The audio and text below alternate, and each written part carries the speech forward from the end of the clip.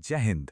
तो आज कटघरे में एक ऐसा मुल्जिम है जिसके कंधों पर आप कह सकते हैं पूरे भारत का इंफ्रास्ट्रक्चर टिका हुआ है। जी हाँ, हम बात कर रहे हैं लार्सन एंड टूब्रो की। सोचिए, 6,02,552 रुपए। नहीं, ये किसी राज्य का बजट नहीं है।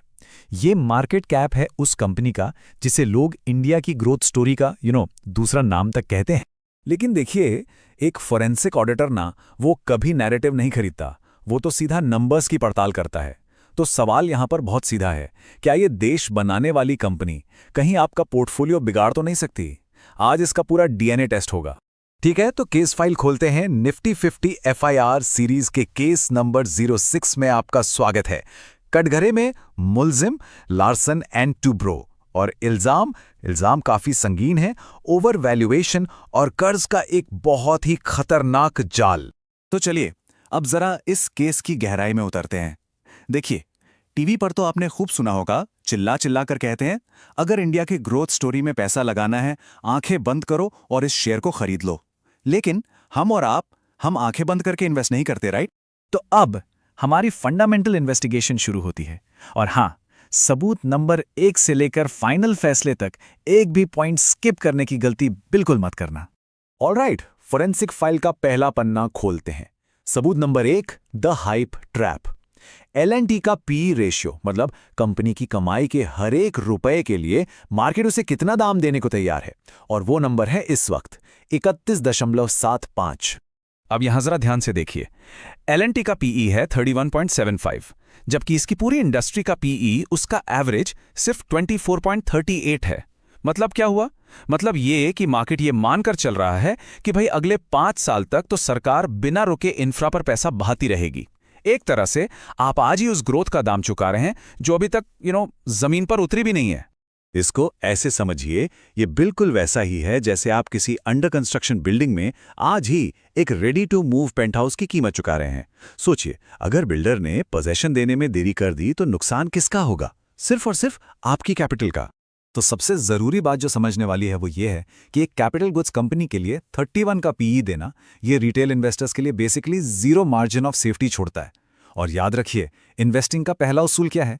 कैपिटल प्रोटेक्शन, जो इस वैल्यूएशन पर फ्रैंकली सीधे सीधे रिस्क में है। चलिए अब आगे बढ़ते हैं सबूत नंबर 2 पर। और ये वो नंबर है जिसे अक्सर ग्रोथ के बड़े बड़े नैरेटिव के पीछे छुपा दिया जाता है। नाम है द डेट थ्रेट। L&T का डेट टू इक्विटी रेशियो, यानी कंपनी के पास अपनी खुद की पूंजी के मुकाबले कितना कर्ज है, और वो नंबर है 1.32। सीधे शब्दों में इसका मतलब है कि कंपनी के पास अपनी जितनी पूंजी है ना, उससे ज्यादा तो मार्केट का उधार है। और जब भी ये रेशियो 1 को क्रॉस करता है तो एक छुपा हुआ रिस्क एक्टिवेट हो जाता है। उससे कहते हैं इंटरेस्ट सर्विसिंग। और अगर ब्याज दरें हाई रहती हैं तो ये कर्ज कंपनी के ऑपरेटिंग प्रॉफिट को लिटरली दीमक की तरह खाने लगता है। एक और एनालॉजी देता हूं। मान लीजिए एक ट्रांसपोर्ट कंपनी है जिसके पास 100 ट्रक हैं, लेकिन सारे के सारे लोन पर हैं। अब अगर इकोनॉमी थोड़ी स्लो हो गई और 20 ट्रक खड़े हो गए तो ठीक है, डीजल का खर्च तो बच जाएगा, लेकिन लोन की ईएमआई वो तो देनी ही पड़ेगी, और वो उस बिजनेस की कमर तोड़ देगी। तो एक बात हमेशा याद रखिए, high debt plus high valuation, ये एक जहरीला कॉम्बिनेशन है। जब मार्केट में गिरावट आती है ना, तो ऐसी कंपनियां अक्सर ताश के पत्तों की तरह बिखर जाती हैं। अच्छा, अब यहां से मामला और भी इंटरेस्टिंग होने वाला है। जरा इस एफिशिएंसी टेस्ट को देखिए। एक तरफ आप कंपनी की बुक वैल्यू, मतलब उसकी असली कागजी कीमत से लगभग 6 गुना ज्यादा का प्राइस दे रहे हैं, लेकिन बदले में परफॉर्मेंस क्या मिल रही है? रिटर्न ऑन इक्विटी, यानी आपके लगाए हुए पैसे पर मुनाफा, वो सिर्फ 16.18% है।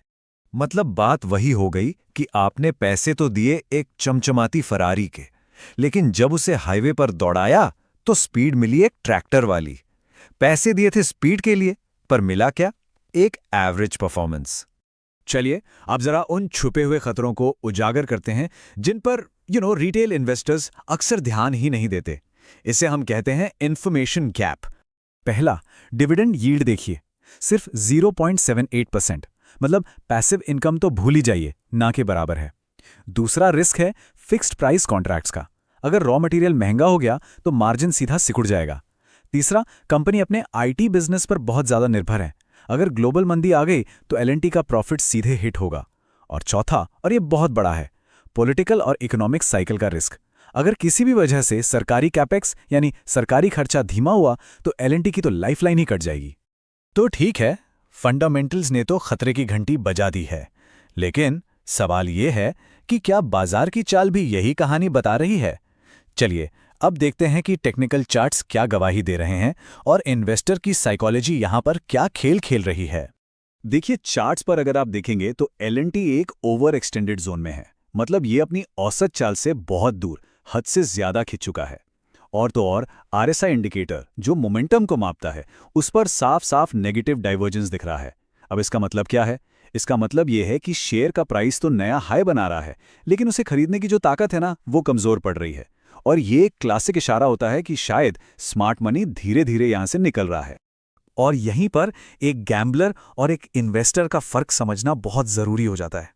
देखिए, एक गैम्बलर क्या खरीदता है? वो स्टोरी खरीदता है, अरे देश बन रहा है, एलएनटी खरीद लो। लेकिन एक इन्वेस्टर वो वैल्यूएशन खरीदता है। वो पूछता है, ठीक है देश बन रहा है, लेकिन क्या ये प्राइस सही है? याद रखिएगा, दुनिया की सबसे अच्छी कंपनी भी अगर गलत दाम पर खरीद ली तो वो एक जहरीली संपत्ति बन जाती है। तो सारे गवाहों, सारे सबूतों को मद्देनजर रखते हुए दलाल स्ट्रीट का सुपर कॉप अब अपने फाइनल फैसले पर पहुंच चुका है। और फैसला ये है कि एलएनटी को फिलहाल सिर्फ वॉच लिस्ट में रखा जाए। जी हां, ये स्टॉक इस वक्त एक कॉशन जोन में है। अब मेरे ऑर्डर्स ध्यान से सुनिए। जो नए खरीदार हैं, स्टॉप, अभी रुक जाइए। एक अच्छी प्राइस करेक्शन का इंतजार कीजिए। जो पुराने इन्वेस्टर्स हैं, अगर आपके पोर्टफोलियो में इसका वजन बहुत ज्यादा है तो थोड़ा प्रॉफिट बुक करके कैपिटल को फ्री करने में ही समझदारी है। और जो ट्रेडर्स हैं, सख्ती से सेल ऑन राइस का माइंडसेट अपनाइए, ट्रेंड के खिलाफ मत लड़िए। तो ये थी हमारी फोरेंसिक इन्वेस्टिगेशन एलएनटी पे। अब मैं जानना चाहता हूं आपका वर्डिक्ट क्या है, नीचे कमेंट्स में जरूर बताइए। और हां, अब हमारी इन्वेस्टिगेशन किस अगले मुल्जिम की तरफ जानी चाहिए, जोमैटो, भारतीय एयरटेल या फिर महिंद्रा एंड महिंद्रा? नीचे कमेंट में उस स्टॉक का नाम लिखिए जिसका आप अगला सुपर कॉप इन्वेस्टिगेशन देखना चाहते हैं। मैं हूं दलाल स्ट्रीट का सुपर कॉप। जय हिंद।